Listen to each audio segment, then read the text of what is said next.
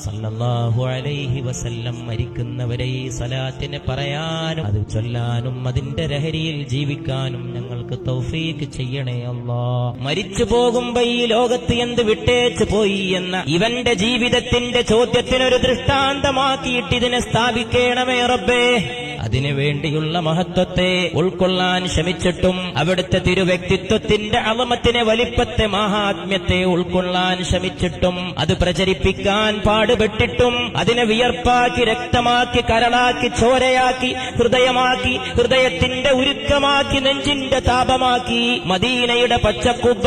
ആകാശഭൂമികളുടെ പ്രകാശത്തിന്റെ കേന്ദ്രമാക്കി, അവിടെ നിന്ന് പുറപ്പെടുന്നതും അങ്ങോട്ട് മടങ്ങി ചൊല്ലേണ്ടതുമായ സ്വലാത്ത്, അതിനെ പറഞ്ഞും പ്രചരിപ്പിച്ചും പരിപാലിച്ചും പ്രാവർത്തികമാക്കിയും നടത്തപ്പെടുന്ന ഒരു ജീവിതമാണ് ബഹുമാനപ്പെട്ട സഹോദരന്മാരെ, സഹോദരിമാരെ, ഏറ്റവും ധന്യമായ ജീവിതം.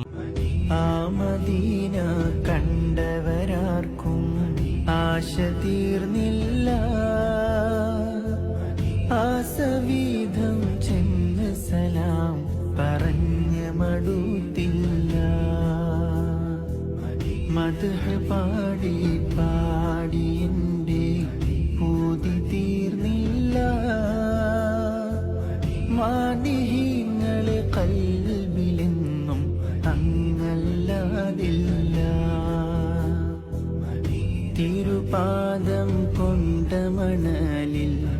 പതിയാൻ വിധിയേകല്ലാ, മഹ്ശറ നാളിൽ അങ്ങല്ലാതെ ശഫാഅത്ത്